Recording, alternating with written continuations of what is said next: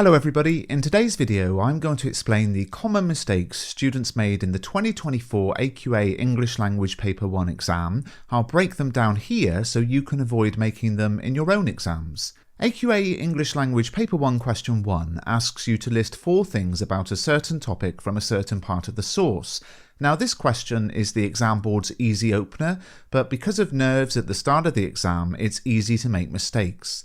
The 2024 exam report focused on something I've never seen before. Some students actually took their answers from the context box at the start of the extract rather than from the lines stated in the question.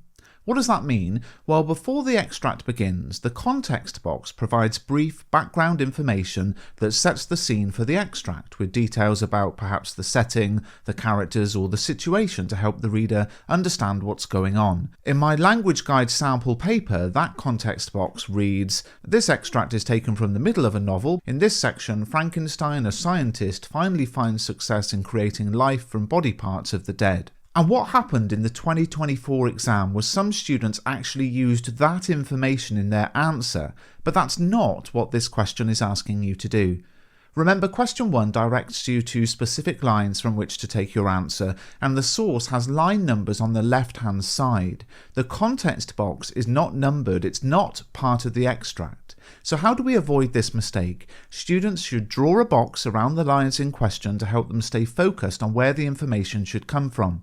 Another issue with Paper 1 Question 1 in 2024 was that some students changed the meaning of their responses by miscopying details from the text. For example, in our sample paper, the question asks you to list 4 things from this part of the source about the creature, and an example of the miscopying mistake would be reading that the creature had flowing hair, but writing that it had glowing hair instead. Now this might happen because students are rushing due to nerves or trying to move quickly through the exam. Under pressure they might misread words that look similar, especially if they aren't taking the time to slow down and focus on each detail. It's easy for the brain to fill in what it expects to see rather than what's actually there. The best tip to avoid this is to check your answers at the end. There's enough time to do this since it's a 4-mark question and you can allow around 5 minutes to complete it. So taking the time to double check can help catch these simple mistakes and make sure you get the full 4 out of 4 in question 1. Some students made incorrect inferences in their Paper 1 Question 1 answers in the 2024 exam. This issue comes up frequently in exam reports for this question. I recommend sticking to simple, explicit information from the text rather than trying to interpret what you're reading. Students who attempt to infer meaning often end up making incorrect interpretations which don't earn any marks. Let's look at an example. In our sample paper about the creature, imagine you wrote "the creature is evil" in your answer. Well, that would not receive any marks. The passage doesn't tell you that, it only describes the creature's physical appearance, and whilst the narrator is horrified at his creation, that doesn't mean that the creature's evil. The extract will always provide enough straightforward, explicit details to write about, so there's no need to overcomplicate the question by interpreting or inferring in Paper 1 Question 1, you just want to keep it simple. It's true that this question assesses AO1, and AO1 includes the ability to identify and interpret explicit and implicit information and ideas, but in Paper 1 Question 1, there's no need to go beyond the explicit. In Paper 2 Question 1 and Paper 2 Question 2, where AO1 is also assessed, you will need to infer and interpret, but for Paper 1 Question 1, there will be enough explicit information that you don't need to do that. Just pick 4 straightforward points. Language Paper 1 Question 2 focuses on language analysis, and the 2024 exam report raised an issue about students taking quotations out of context. This question is all about the effect, so it's helpful to ask yourself, what is the specific effect the writer's trying to achieve, or the reason behind the writer's choices? For instance, in our sample paper where the question asks, how does the writer use language to describe the setting, we should reread the lines and consider the overall effect the writer's aiming to achieve. We might come up with words like dangerous or threatening to describe this effect, and then we want to focus in on particular words or phrases that create that effect. In 2024, many students focused on individual word connotations without considering the broader context. Now, if we apply this premise to our sample paper, it would be like looking at this quotation, "the glimmer of the half-extinguished light," and interpreting it as hopeful, associating light imagery with positive concepts like guidance or safety, but in the context of the entire extract, this doesn't fit. The overall setting wasn't welcoming or calm. So the key takeaway here is this: don't analyse the connotations of words in isolation, always think about how they contribute to the bigger picture the writer's creating. As we'll see in the next tip, analysing individual words or phrases is a good idea, but what you write about them has to make sense in relation to the rest of the extract. Another 2024 issue with Paper 1 Question 2 came in using overly long quotations, and again this is something we see come up in exam reports year after year. Imagine you're writing about this sentence from our sample paper: "It was already 1 in the morning, the rain pattered dismally against the panes, and my candle was nearly burnt out when by the glimmer of the half-extinguished light I saw the dull yellow eye of the creature open, it breathed hard and a convulsive motion agitated its limbs." Well, this quotation contains numerous different things we could write about, and if I quote the whole thing and try to explain its effect, I'm going to be writing about content, not language. For example, if I wrote, "This sentence makes the setting seem dangerous because it's late at night, it's raining, and the creature's eye is opening," then I'm simply summarising and paraphrasing the content, not analysing language. This kind of response talks about what's happening in the extract, but doesn't analyse the writer's use of language or how specific word choices create that sense of threat or danger. A much better idea is to pick a single word or phrase and zoom in on that, like the word dismally or pattered or the pathetic fallacy of the rain. And you can see examples of analysing those in my language guide, but just remember our previous point: your analysis of a word or phrase must still make sense within the overall context of the extract. It's no good writing about these words as positive, for example, when the extract clearly isn't positive. A good question to ask yourself is, why did the writer use that particular word and not a different one? In 2024, one of the major issues with Language Paper 1 Question 3 was that many students simply paraphrased what was happening at the beginning, the middle and the end without analysing why it was happening at that specific point. For example, in our sample paper, the focus shifts from the external setting to the narrator's internal emotions and then to the creature itself. Now, if all I did was explain that shift, backing up with quotations, I'd be missing out on the key thing, which is the effect. Why does the writer shift the focus this way? And this is where I might begin to think about perhaps by starting with the dreary atmosphere of the night and then moving on to the narrator's anxious state, the writer builds a sense of menace, preparing the reader for something shocking, and this gradual shift makes the reveal of the creature more terrifying because it feels like the climax of all of this tension that's been building up. This question is all about effect, so just explaining what happens when is not enough. The question is, why does that happen at that specific point in the text? Some good questions to ask yourself that will help with not just spotting a feature but analysing its effect are: what is the first thing the writer wants me to think about? Does this create a specific mood? How does the beginning of the text prepare the reader for what is to come? In what order are events or ideas presented in the text, and how does this order influence the reader's understanding or engagement? How does the structure of the text reveal or conceal character development? How do structural choices impact the reader's empathy or understanding of characters? How does the text conclude? And what is the impact of this ending? Does the ending leave the reader with questions, or is it more resolved? One mistake made in the 2024 exams in Paper 1 Question 4 was mixing up which character did what. So if we apply that to our sample paper, it would be like analysing how the narrator muttered some articulate sounds when actually that wasn't the narrator, it was the creature. A good tip here is to reread the relevant lines carefully before writing your answer, and if you're going to explore a specific moment or quotation, double check that you've correctly identified who it refers to and double check who the question is about. In the 2024 exams, one point raised in the exam report as a common mistake with Language Paper 1 Question 5 was the overuse of graphic imagery. Now I want to widen this point to the overuse of any technique or method. A key part of the mark scheme is about our writing being compelling for the reader, making them want to read on, and overusing any method threatens to ruin that. Let me give an example I often see with an overdone example of the overuse of adjectives.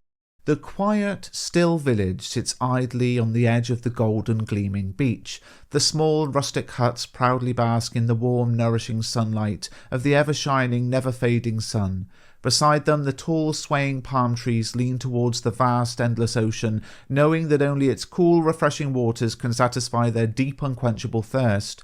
They stand almost frozen, as if hypnotized like sleepy, drowsy dreamers by the gentle, rhythmic lapping of the crystal-clear, sparkling waves upon the soft, sandy shore. For thousands of long, unchanging years it has been so, like a serene, untouched paradise frozen in time. Now, this paragraph is packed with adjectives, but instead of enhancing the description, they overwhelm the reader and make the writing feel clunky and repetitive. When every noun is described with 2 adjectives, it becomes repetitive and loses its impact. The reader becomes bogged down in the details, which interrupts the flow and makes it all less engaging. Choosing 1 or 2 powerful images or examples of figurative language in a single paragraph can create a more compelling piece. Let's look at an improved example. The village rests quietly at the edge of a golden beach. The huts bask in the warmth of the sun, their rustic charm blending with the soft sandy shore. Nearby, palm trees lean toward the ocean, their leaves gently swaying in the breeze. The waves lap against the shore with a steady rhythm, like a heartbeat that has echoed through time. For thousands of years, this place has remained untouched, a paradise far from the bustle of the world. Now, in that example, look at the simile. The waves lap against the shore with a steady rhythm, like a heartbeat that has echoed through time. This is so much more effective because there's a momentum and build-up to this simile, and instead of piling on adjectives and similes, this version focuses on key elements that contribute to the overall mood. This is much more compelling than the first example, and it's all about avoiding overusing any one particular technique. Another common problem in 2024's Paper 1 Question 5 was students going into the exam armed with a memorised list of sophisticated vocabulary, and this is a point that comes up in exam reports every year. Students often misuse these words or end up using ones that don't fit the tone or mood they're trying to create, because obviously they don't know what the question will be about, but they've memorised these particular words they want to use in their answer no matter what the question is. Whilst it's important to showcase your skills to the examiner, including a varied vocabulary, it should be a genuine vocabulary of yours, words you're comfortable using and understand well, not just a list of complex terms that you've memorised but can't apply correctly. Overly long sections of dialogue once again were raised as an issue in the 2024 exam report for Paper 1 Question 5, as well as incorrect speech punctuation. Let me first give you an example of overly long dialogue based on the sample question in my language guide to writing a story set on a desert island. Imagine you wrote this. "We need to find water," said Lisa. "Water?" Emma asked, looking confused. "Yes, water," Lisa replied. "We can't survive long without it." "Right, but where are we supposed to find it?" she questioned. "Maybe there's a stream somewhere," Lisa suggested. "A stream on this dry island?" Emma laughed. "Well, it's possible," she replied, "or we could try digging." "Digging? Really?" Emma sighed. "I don't see you coming up with any better ideas," Lisa snapped. Emma shrugged. "I'm just being realistic." And on it goes. Not only is it boring and repetitive, it's using up too much precious time to write. I've not once described the setting of the desert island or any character description, which makes it difficult for the reader to visualize the scene. Well, one way to avoid overusing dialogue is to make the narrator explain or summarize some of the information instead. Let's stick with our desert island scenario and look at an improved example. "We need to find water," Lisa said, the panic in her voice noticed immediately by Emma, who responded in typical sarcastic fashion by raising her hands and glancing dramatically from left to right across the barren ground. Lisa nodded. Where exactly were they supposed to find water? A stream seemed unlikely here, but they had to try something. Maybe digging would work, or perhaps they'd stumble upon a shimmering pool of fresh water. Lisa knew Emma wasn't being negative, she was just being realistic, but realism wasn't helping.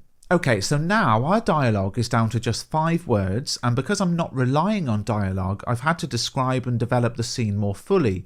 By cutting down the back and forth conversation, I've given myself time to explore the setting and the characters' emotions. Instead of simply telling the reader what's being said, I'm showing them the tension and desperation of the situation, and show not tell is a crucial skill in this question, as I go through in my video and my revision guide. Another language paper 1 question 5 issue that came up in the 2024 exam report was how some students try to vary their sentences but actually end up writing incomplete sentences. Now I think this is probably about some students not actually understanding what a sentence is, so let's cover that quickly. A simple sentence contains a subject and a verb and must make sense on its own. For example, I ate. This contains a verb, an action, ate, and a subject, the personal thing doing the verb, in this case I. A simple sentence can also contain more information like an object, the thing having the verb done to it, so it would still be a simple sentence to write I ate a pizza. Now a compound sentence joins two simple sentences with one of the fanboys conjunctions, for and nor but, or yet so. For example, I ate a pizza but my friend ate fish and chips. Now here we have two simple sentences that make sense on their own and contain a subject and a verb. We've got I ate a pizza, that's the first sentence, my friend ate fish and chips, that's the second one, and we've joined them with a fanboys conjunction. A complex sentence is a bit more, well, complex, because it contains one main clause and one or more subordinate clauses, so we need to now understand a bit about clauses. A main clause, also called an independent clause, contains a subject and a verb and contains a complete thought, and it can stand alone as a sentence. So this is something like the dog barked or I ate a pizza.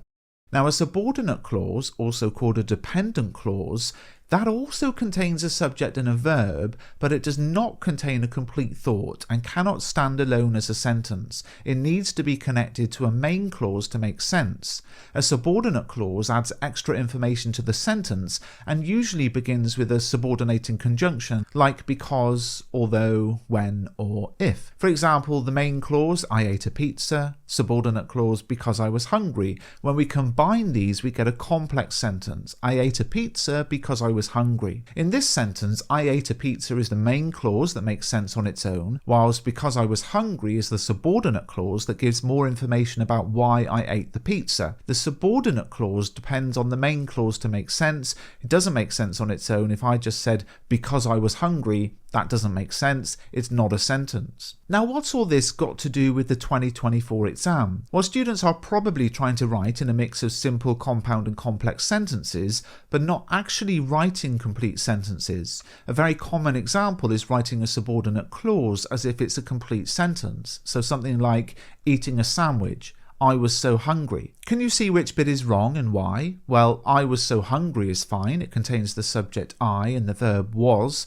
and it makes sense on its own, so it's a simple sentence. But eating a sandwich is not okay. Why? Because it doesn't contain a subject that performs the action. It contains a verb and an object, but no subject. It needs a subject, and the whole thing could be rewritten as I was eating a sandwich because I was so hungry. So here are a few tips. When using subordinate clauses, make sure they're attached to a main clause. A subordinate clause can't stand alone as a sentence, so it must be linked to a main clause to complete the idea. And it is important to aim to vary your sentences, because another issue that came up in the 2024 exam report for paper 1 question 5 was that some students just wrote in simple sentences, and that could end up with something like this. The island was dark, the trees were tall, the wind was cold, the night was quiet. Now this example is made up entirely of simple sentences, and you can see the issue there. It's way too repetitive and clunky.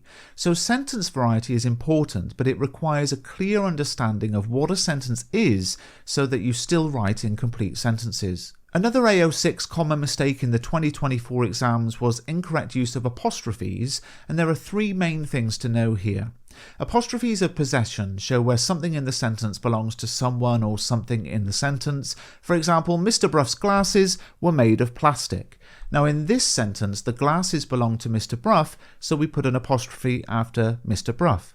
It's really helpful to ask yourself who or what does that thing belong to, and then put an apostrophe after the answer. A common issue we find is that when words end in S, students are often not sure if they need an apostrophe. For example, the students were working very hard. Here we might be tempted to put an apostrophe in that word students, but there's no possession. Nothing in the sentence belongs to the students, and there's no omission either, so there's no apostrophe needed. However, let's imagine you're writing the students' group work won them an award. If you're referring to the work of multiple students collectively, we'd ask ourselves, who does the work belong to? The answer would be the students, so we put an apostrophe after students. and the correct punctuation is an apostrophe after the S, because the work belongs to the students. If it was just one student and the sentence was the student's work won her an award, we ask ourselves, who does the work belong to? The answer is the student. So the apostrophe comes after student, before the final S, and the correct punctuation is this: the student's work won her an award.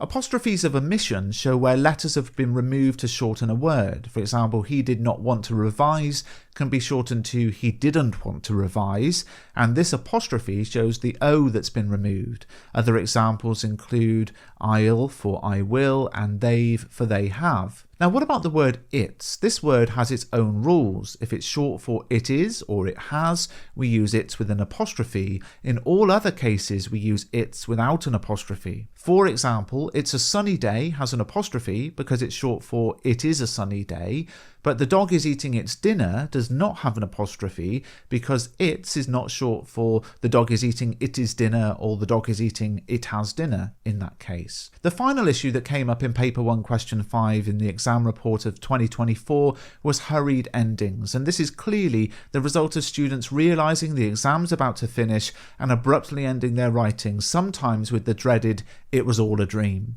To avoid this, plan your answer before you start writing and practice at home writing a complete piece in 45 minutes.